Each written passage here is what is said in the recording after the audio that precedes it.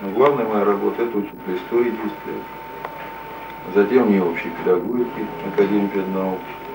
Затем был приглашен в редакцию газеты «Известия» по отделу школы вузов. Поработал там тоже, как и в необщей педагогике, года 3 с лишним. Ну, а затем Господь меня сподобил сначала изобрести самую совершенную в мире демократию на сегодняшний день. Ну, а затем я увлекся обоснованием периодического закона в истории и стал изучать работы Александра Леонидовича Чижевского, который связывал все процессы, происходящие в истории, в биосфере, с солнечной активностью. Александр Леонидович немножечко ошибся, не учел активности Земли. Ну вот это попытался учитывать я, обращая внимание на роль эпидемий различных в истории человечества, как они меняли границы государства, определяли направление завоевания и так далее. Ну а заодно попытался ответить на вопросы, которые были поставлены итальянским врачом Саладино Ферри еще в 15 веке. Ну, самый знаменитый его вопрос заключается в том, почему чума распространяется скачками. То есть, если зараза переходит от одного человека к другому, от одного населенного пункта к другому, то странная картина получается. В одном, в первом населенном пункте люди болеют, во втором не болеют, в третьем опять болеют. То есть, вот происходит вот какое-то некое скачкообразное распространение эпидемии. Так вот, ну и я связал это, не только, есть масса других работ, которые связывали состояние человеческих организмов и состояние бактерий, вирусов с магнитной средой, электромагнитной средой, и прежде всего состоянием электромагнитного поля Земли. Вот. Ну и в 1990 году, в феврале, Господь меня сподобил сделать открытие, которое я назвал гравитационные электромагнитные полюса. Тем, принеси глобус, мы глобусом покажем, это будет интереснее, ручку там. Значит, вот здесь красными точечками я наносил очаги эпидемии, ну, города, в которых была чума в конце 19-го, начале 20 века. Это третья пандемия такая, всемирная эпидемия. Вот. Но это уже я сделал, честно говоря, потом, уже после своего открытия. А открытие, значит, состояло в следующем, что исчертив, так сказать, много карт, пытаясь понять маршруты эпидемии и почему они распространяются скачками, я, значит, вдруг вот так уж взявший глобус, обнаружил, что какая-то странная штука получается. Видите, там Камчатка, да, полукруг, Японские острова, Китай, вот тут в Индонезии очень хорошо, да, видно. И так далее. Вот вся Африка, она там какие-то полукруги, Саудовская Аравия, ну вот, там вот, Америка, видно, да, что все какие-то некие силы, значит, действуют, закручивая круг. Ну, понятно, как они действуют, значит, если мы возьмем там любую штуку, начнем вращать, то он будет по кругу работать. Ну вот, но началось все вот с этого, с Гималайских гор, вот тут вот Таруфанская впадина есть, что существует. Вот если взять так вот раствор циркуля, и вот отсюда провести, то вот вершины Гималайских гор, они почему-то выстраиваются по одним и тем же линиям. И реки тут, значит, текут, соответственно, по циркулю. Как циркуль им приказал, так и реки потекли. Вот. Ну, а если взять очаги эпидемии, там, скажем, какие-то вот, значит, то, соответственно, тоже окажется, что эти точки оказываются равно удаленными. Вот видите, даже вот здесь, наугад просто взял, ну, вот. Вот они оказываются, эти точки, вот они, вот через Тайвань, да, тут дальше вот Бангкок, теперь, значит, тут вот это Гвадар тут обозначен, и, значит, вот Астраханская, наш чумной район, ну и так далее. Вот, если взять раствор побольше, там, ну, и будут другие попадать. Вот.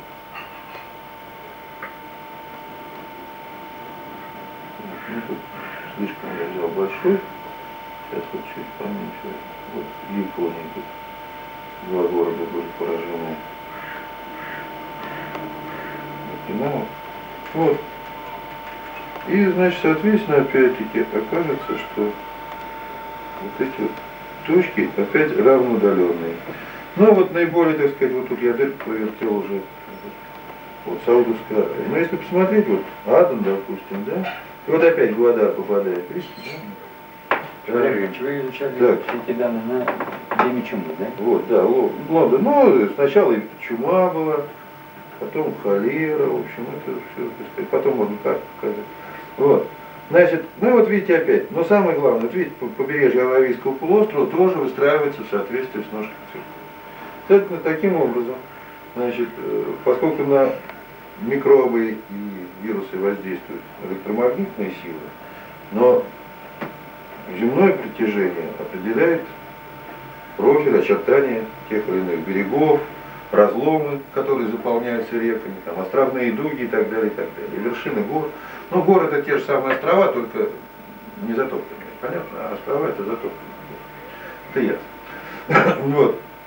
И, значит, отсюда следует, что я открыл, значит, полюса, которые я назвал гравитационными электромагнитными полюсами Земли, поначалу. Потом стало ясно, что это просто универсальное свойство не только Земли, но и Вселенной. И это можно показать, сейчас я это покажу, на массе всяких других примеров. Значит, Тем, давай эту самую тащи. Вот, Она поддается таким же закономерностям. точками я опять-таки пометил красные, черные такие они, ну жирные точки. Значит, города, пораженные чумой, вот в начале 20 века. Ну и вот видите, ну допустим, вот этот вот один из полюсов, центр его в районе полуострова Оман, вот здесь. Ну и вот видите вот эти вот концентрические окружности, вот, да, пунктирные, они показывают, что эти вот города, пораженные СПИДом, и районы, оказываются равноудаленными опять-таки вот от этой точки. Взять вторую точку, это вот северо-восточный остров Кипр, ну, в самом углу Средиземного моря, здесь, берегов Сирии и Турции, недалеко от Дамаска. То здесь опять пойдут вот эти вот концентрические круги, ну то есть это скорее всего волны стоячие, возникающие, связанные, значит, с распространением. Я не знаю, так сказать, физическую природу, тут еще несколько вариантов, несколько гипотез на этот счет существует, но ясно, что она вот одновременно электромагнитная и гравитационная. Ну так вот, и, соответственно, связан не только с солнечной активностью, но и с состоянием системы Земля-Луна, значит, положение.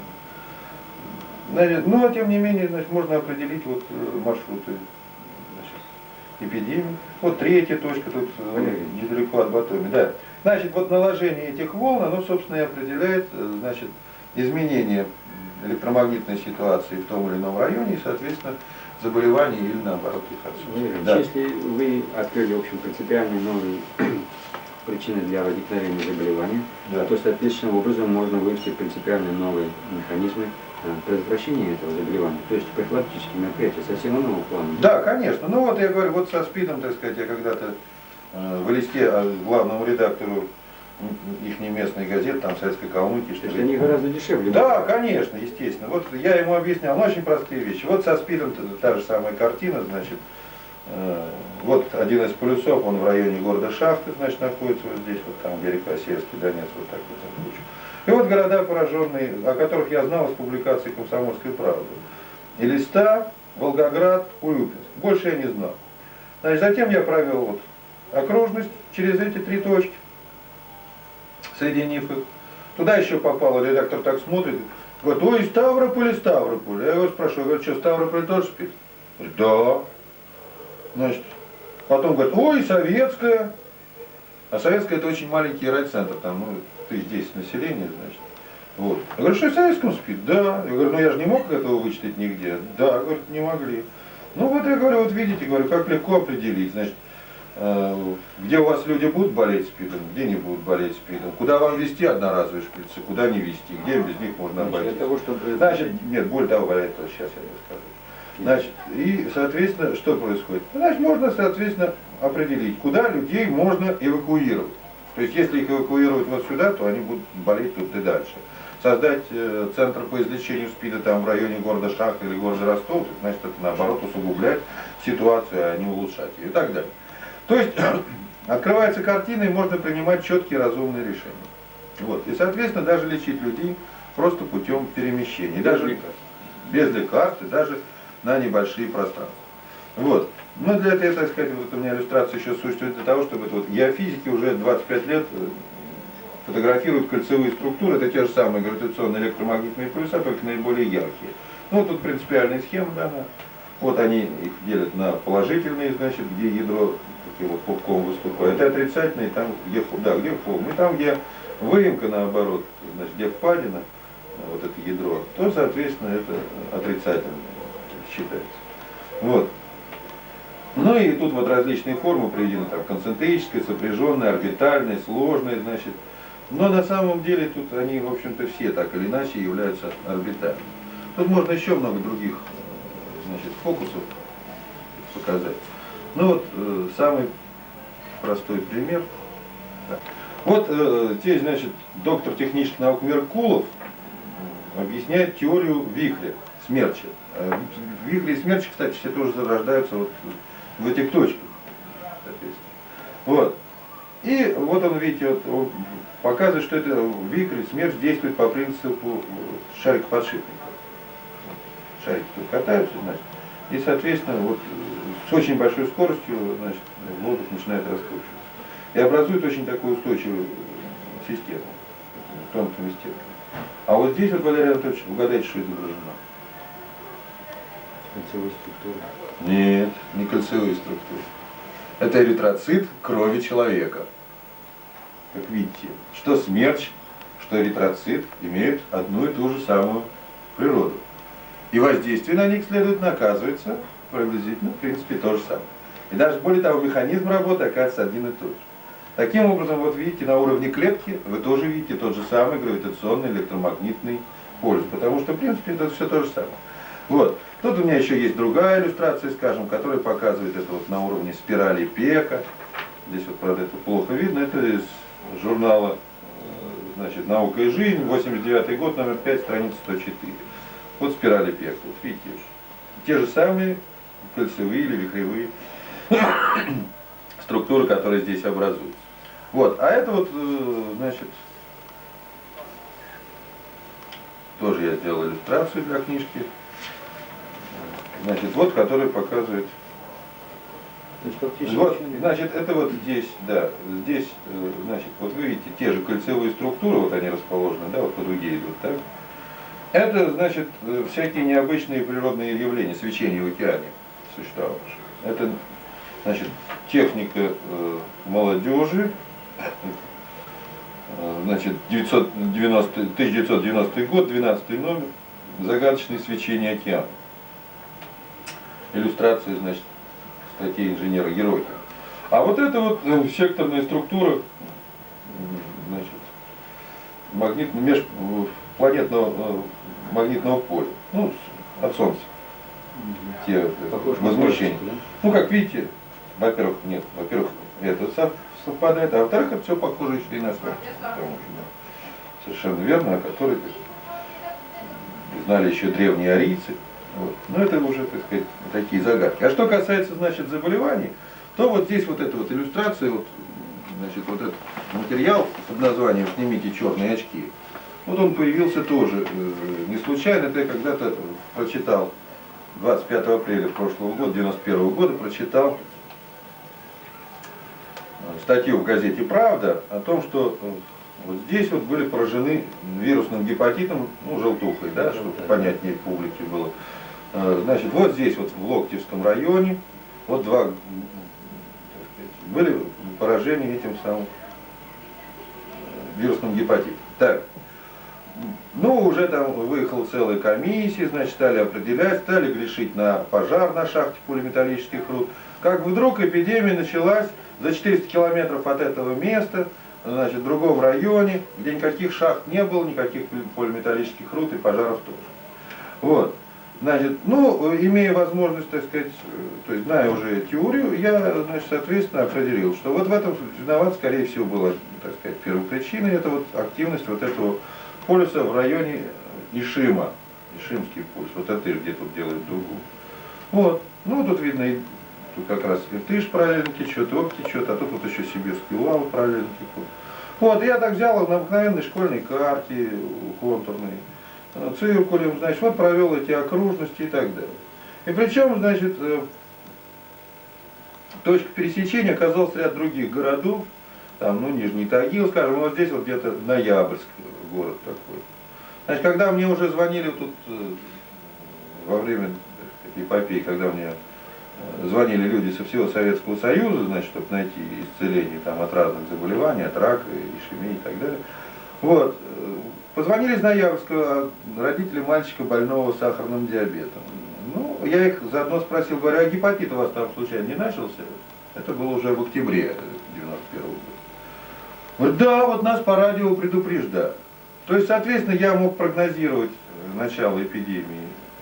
Значит, вот только с помощью карты и циркуля. Это же есть практический результат. Ну, по практических результатах говорить можно, значит, и даже нужно, но, значит, ну вот недавно надо взять, так сказать, просто конкретные данные. Сейчас я опять же должен сходить за тетрадью. Валерий Анатольевич, вы спрашивали, значит, каковы положительные результаты, да? Да. Так, вот, значит, вот Анатолий Владимирович Кош родился 8 октября 1960 года. Значит, вот в январе 92 года мне позвонила его мать. Вот она тогда останавливалась в Москве, вот по телефону 331 77 70, это у дальних родственников. Саша там. Вот. Значит, ее сын страдает, он офицер советской армии, майор, служил на Дальнем Востоке, затем его перебросили в Пермь, и там в Перми с 90-го года он стал болеть. Лимфобластозный лейкоз. Значит, диагноз ему поставили 17 октября 91 года. Это очень опасно. Да. Ну вот этот лимфобластозный лейкоз, он, значит, здесь лежал в Москве, в госпитале имени Бурденко. Она, мать, встретилась со мной, значит, зовут ее Евгения Владимировна Корж. Вот. Живет она в городе в Новосибирске, значит, Золотодолин. Ну так вот. И вот эта женщина, я рассказал ей, так сказать, о нехитрой методике и, значит, порекомендовал сына забрать в Новосибирск обратно. Вот. Ну, объяснил, где, так сказать, надо поселиться и так далее. В общем, мы там долго выясняли, диагностировали то место, где он живет. Его увозили из госпиталя Бурденко с 98% пораженных клеток. Вот. С трудом вот этот Саша, родственник дальний, его погрузил в машину. Через месяц этот майор Анатолий Владимирович Корж, 60-го года, сам уже грузил мебель, значит, в квартиру, машину. Потом приехал в Москву и выяснилось, что у него всего лишь 2% пораженных клеток. Ну что такое лимфобластозный лейкоз? Я вообще в этом деле, конечно, мало чего понимаю. Я только знаю, что вот по телевизору 1,5-2 года назад все время показывали фотографии детишек и просили там 500, 800, миллион долларов для того, чтобы его лечить в Соединенных Штатах Америки. Да, тут должен оговориться, значит, что помимо, так сказать, методики, там использовался еще один препарат под названием Виватон, но который таких эффектов не дает. Значит, собственно, вот мы познакомились, это тоже создатель этого Виватона, уже ныне покойный, значит, наш отечественный гений Караваев. Вот, ну, его вот последователи, они, так сказать, мать обращалась к ним, они вот ей помогли с этим Виватоном. Собственно, вот так вот мы с ними познакомились вместе. И вот это совместно две эти методики вот дают такой эффект. Ну и, соответственно, можете посчитать экономический эффект. Я не знаю, ну, сколько мать затратила там на то, чтобы вернуть сына к себе, так сказать, домой. Да, никаких дорогостоящих лекарств. Ну, Виватон, может быть, так сказать, он там чего-то стоит и так далее. Вот и через месяц, значит, уже вот 2%, вместо 98, 2%. То есть картина с точностью до наоборот. Вот. Ну, соответственно, вот по этому телефону 331 77 70 можно позвонить и узнать, так сказать, детали, как все, подробности и так далее. Значит, у Саши спросить, Сашу, значит. Вот. Это вот с раковин касается заболеваний. Ну а с ишемией сердца это вообще был просто сплошной анекдот. Но для этого надо взять карту города Москвы, значит, чтобы было понятнее. Ну, можно, в принципе, так сказать, можно из карты. Вот здесь. Так, надо ее чуть-чуть задрать, чтобы был виден универмаг.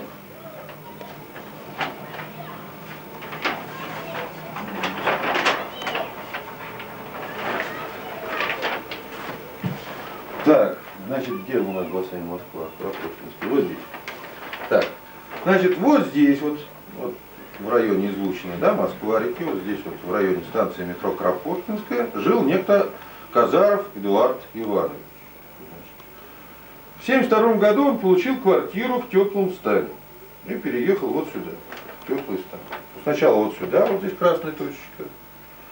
А затем, значит, он поменялся там в 1976 году. Да, в 1972 переехал, в 1973 у него началась ишемия сердца. Начал болеть. С переездом он, естественно, никак не связан. Поменял квартиру, здесь у него сердце стало болеть еще больше.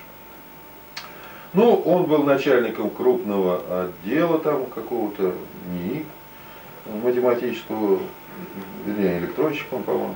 Вот. Он лечился у лучших врачей, в том числе сейчас уже лечится у врачей 4-го управления лечился.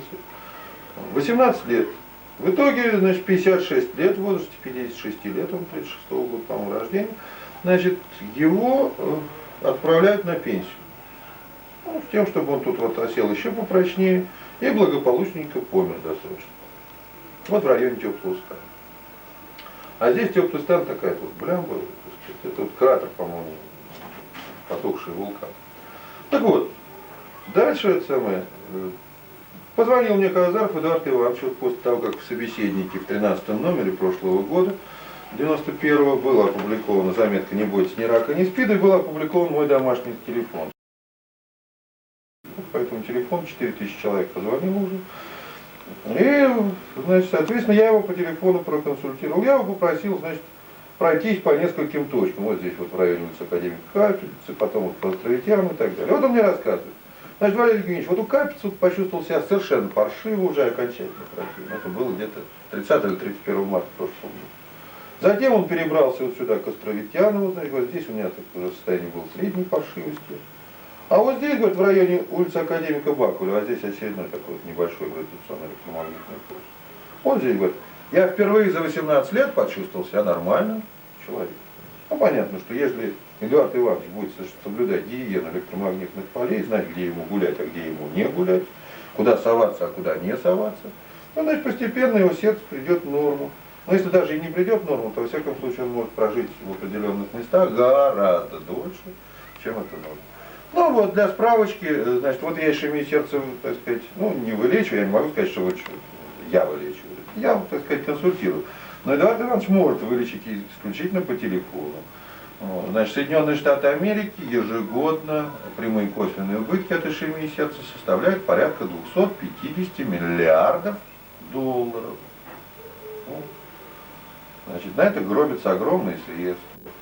Вот недавно артист наш великий, да, Евстигнеев в Англию поехал лечиться, значит, ничего не знает, так сказать, про этих Храпов, там, и других таких вот доморощенных самородков. Ну, к ним никто не почитает. Ну, вот благополучненько в Англии помер, понимаете? Вот. Ну, и таких примеров полным-полно, когда люди едут туда, куда им ни в коем случае, ну, нельзя ехать. Ну, самый знаменитый пример это с Антоном Павловичем Чеховым, когда он, значит, отправился в Ялту, в Крым, спасаться от туберкулеза. Вот в Мелехово ему там хуже становилось. Значит, поехал в Ялту. Построил домик, где не надо, и благополучно через 1,5 года помер. Вот. Значит, поэтому надо знать, куда ехать и зачем ехать. Ну, тут у меня есть еще всякие забавные таблички, могу показать. Вот, сравнение, допустим, вот самый главный график, значит, сейчас мы его продемонстрируем. Вот этот график.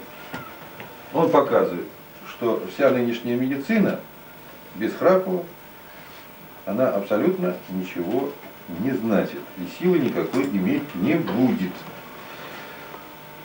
Значит, вот что на этом графике. Значит, здесь годы значит, по горизонтали, да, с 67 по 85. Это данные, значит, а здесь смертность от всех причин на 100 тысяч населения. Вот показатели смертности. 300, 400, 500, 600, 700 и так далее, до 1300. Понятно, да? Вот. Данные из ежегодника мировой санитарной статистики Всемирной организации здравоохранения, издающейся в Женеве с 1970 года. Это вот кривая солнечной активности, среднегодовая. Вот. Красная жирная линия. Ну, это вот смертность, вот от всех причин, так сказать, вот медицина.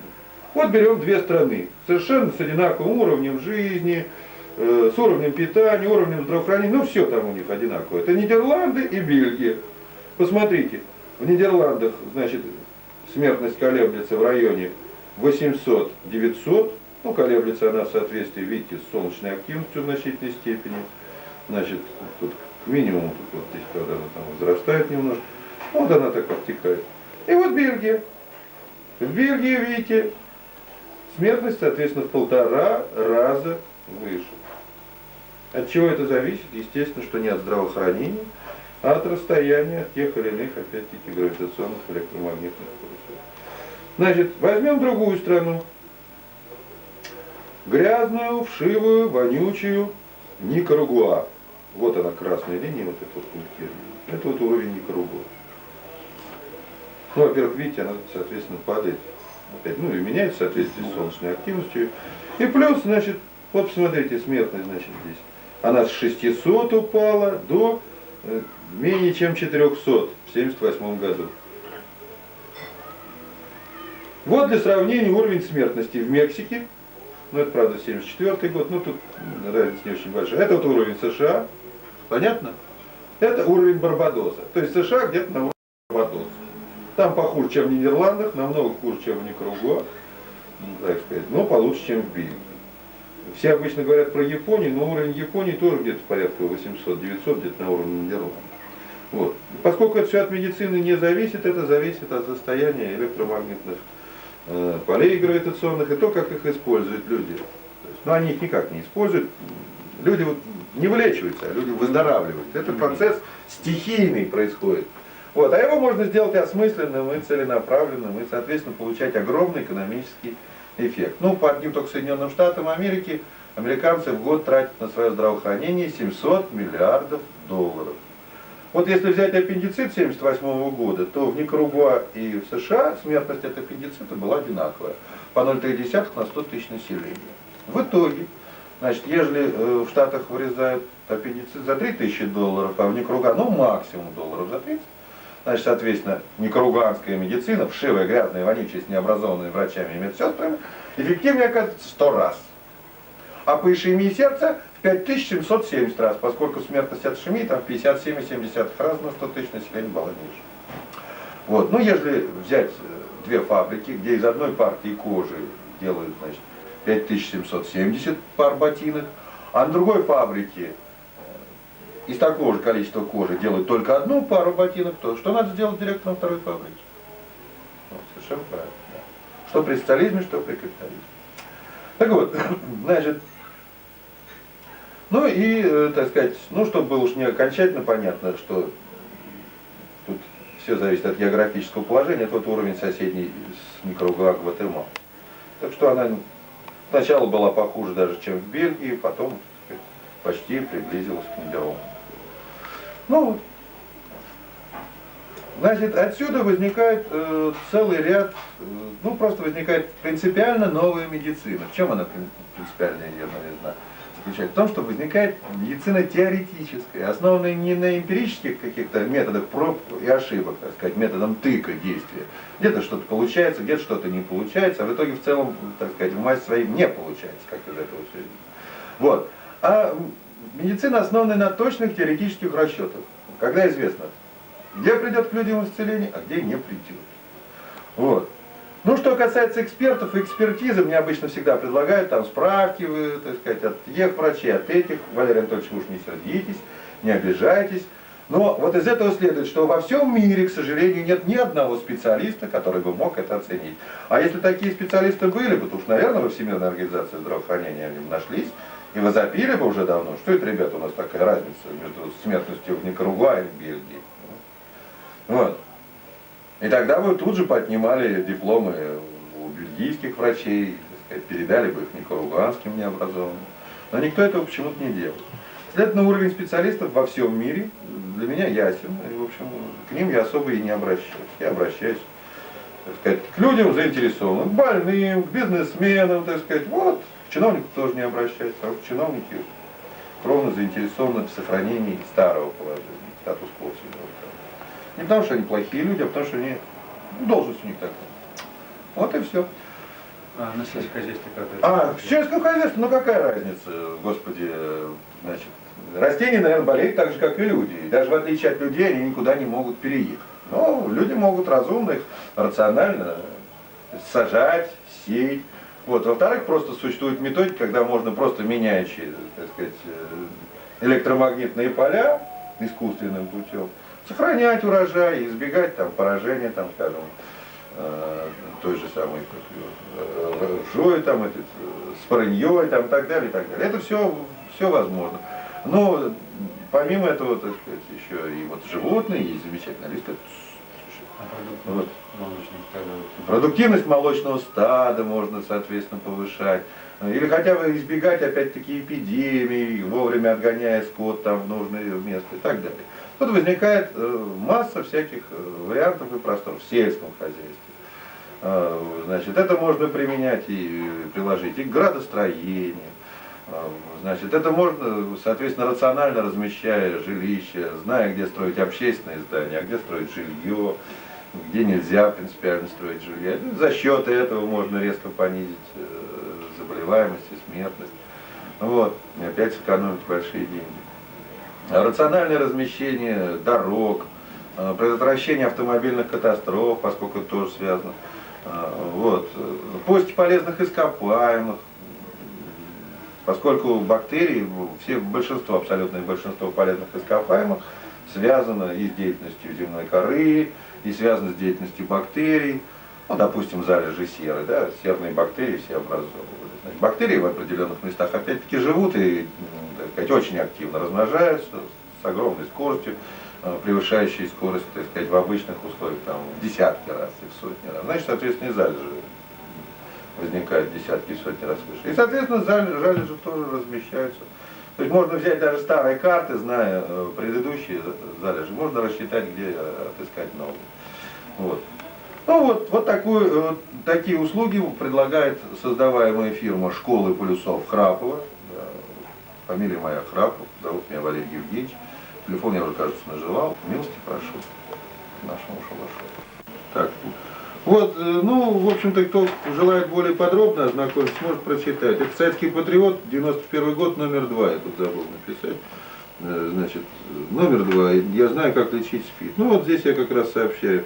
Здесь я, правда, не успел сообщить о том, что я уже стал индивидуальным, то есть почетным членом Международной ассоциации «Евроталант». Вот, со штаб-квартиры в Страсбурге, значит, приезжал к нам президент этой ассоциации Луи Назарет. Ну вот он меня без всякого долларового взноса принял индивидуальным членом. Вот. Ну, идеи, так сказать, большинство идей моих, там свыше 50 ноу-хау, они хранятся в компьютерном банке идей СССР. Значит, это можно туда обратиться, это, значит, улица Бориса Галушкина, там адрес я, к сожалению, дальше не помню. Значит, это вот публикации, там, скажем, из советской женщины, переведенные на английский язык, уже на английском языке. Это вот заметка, которую, так сказать, подписал Валерий Анатольевич, американцы едут лечить СПИД в России. Хотя дурацкий заголовок, они еще не едут. Вот, а надо бы, что ехали. Так, ну вот здесь это Мегаполис Экспресс, значит, 91 год, 10 октября, номер 41. Значит, какие тысячи ищет спасения на суше. Зачем? Как раз здесь я привожу цифры, которые показывают преимущество никарагуанской медицины перед американской. Так, значит, ну, что касается других, да, ну, это мы уже видели, значит, «Снимите черные очки», это такое вот издание, 1/8 часть издания посвящена, значит, моей теории. Это вот, называется она «Твои возможности человека». Это новое издание. Я его даже рекламировать не хочу, потому что они все это сделали очень плохо и неряшливо. Так, но тем не менее, такое тоже в природе существует. Значит, скоро выйдет публикация в журнале «Чудеса и приключения», издаваемая Захарченко. Так, еще где-то тут у меня папочка была, я забыл. Сейчас я принесу еще. Понравилось? Да. Да, это вот публикация, значит, совершенно секретно, 5-й номер, 91 год. Тут тоже, значит, с портретом. Так, ну вот самая главная публикация, конечно, то есть самый... вот еще куранты. Тут нормальный заголовок дали. Вот. Его ждет Нобелевская премия. Так, ничего. Можно покрупнее показать. Вот. Это вот та историческая заметка, значит, с которой все началась эпопея по телефону. Это не бойтесь ни рака, ни СПИДа. Это собеседник. Как я уже говорил, номер 13, значит, в районе 28 марта 91 года. Это было, в общем, год назад. Так, а это вот «Комсомольская правда». Значит, 4 августа 90-го года уже. Скоро 2 года будем праздновать. Значит, покупайте подводные лодки, ибо по теории, ну, вот этот дурацкий заголовок, он, в общем-то, загубил и материал, и успех этой публикации. Вот. Ну и, так сказать, скоро выйдет брошюра, скоро выйдет книга, значит, где я это более подробно, обстоятельно излагаю. Вот. Но помимо книги нужны вот. Да, еще забыл сказать, что может сложиться впечатление, что надо эвакуировать население куда-то очень далеко. Ну вот своего собственного сына, значит, и себя я лечил, передвигаясь буквально на 5 автобусных остановок, а затем просто передвигаясь внутри квартиры. Правда, тут уже что-то заляпано. Вот. А потом я вот тут еще солнечную активность подверстал. Смотрите, Валерий Анатольевич, я победил солнечную активность. То есть, если там проследовалось на том графике, так сказать, зависимость от солнечной активности, то здесь, вот видите, оно даже и не зависит. Это вот мой сын, вот, значит, первый раз первый раз заболел, да, мой сын. Вот как раз в новолуние он начал болеть. Вот. Значит, температура у него поднялась, значит, с 36,8 до 39,4. Вот мы погуляли всего лишь 1 часик. Значит, в 5 автобусных остановках от дома. Затем температура у него стала спадать, потом она стала снова расти. Я его, значит, положил, ночку я над ним, правда, вот, чай ему там с лимоном давал, там, или с малиной. Дальше это самое. И дальше вот она у него температура-то упала.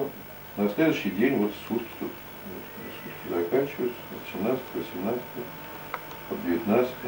Ну вот, уже 18 у него была нормальная температура, дальше, как вы видите, значит, температура у него не повышалась. Значит, парню моему тогда было 12 лет, ну 13 почти. И диагноз ставил участковый врач, очень опытный врач, ангина. Вот он с ангиной у меня болел всего 1 день. Значит, затем он заболел и продолжал, так сказать, ОРЗ, значит, тоже врач поставил, 2-й случай. Вот мы тоже температуру тут фиксировали. Значит, 38, вот она у него поднялась до 38. Значит, я, опять же, вот, потом мы вот здесь вот с ним погуляли, температура упала, мы, видите, ее понизили. Дальше она у него стала нормальная, на следующий день, опять-таки, буквально. Вот, сынуля мой расхорохорился и поехал в кинотеатр в Россию смотреть мультфильмы, за что был тут же жестоко наказан, температура у него резко возросла. Вот. После этого пришлось с ним опять ночью гулять. И после этого он пришел в норму, и было все в порядке. Но за то, что я с ним гулял, так сказать, ему там много чего объяснял, я был наказан сам. Заболел я буквально, значит, на следующий день после его, начала его выздоровления. Вот, заболел я, за мной никто по ночам не ухаживал, я сам за собой ухаживал. В итоге мне пришлось болеть, правда, 2 дня. Вот. Ну вот, 1 раз я сходил, видите, опять сбил себе температуру, понизил. Потом она ночью стала возрастать, так сказать, я, правда, там тоже пытался бороться.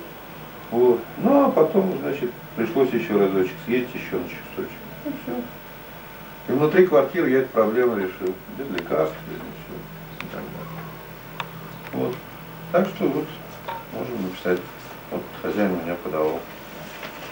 к сожалению, без лекарств. Это хозяин. Ну все.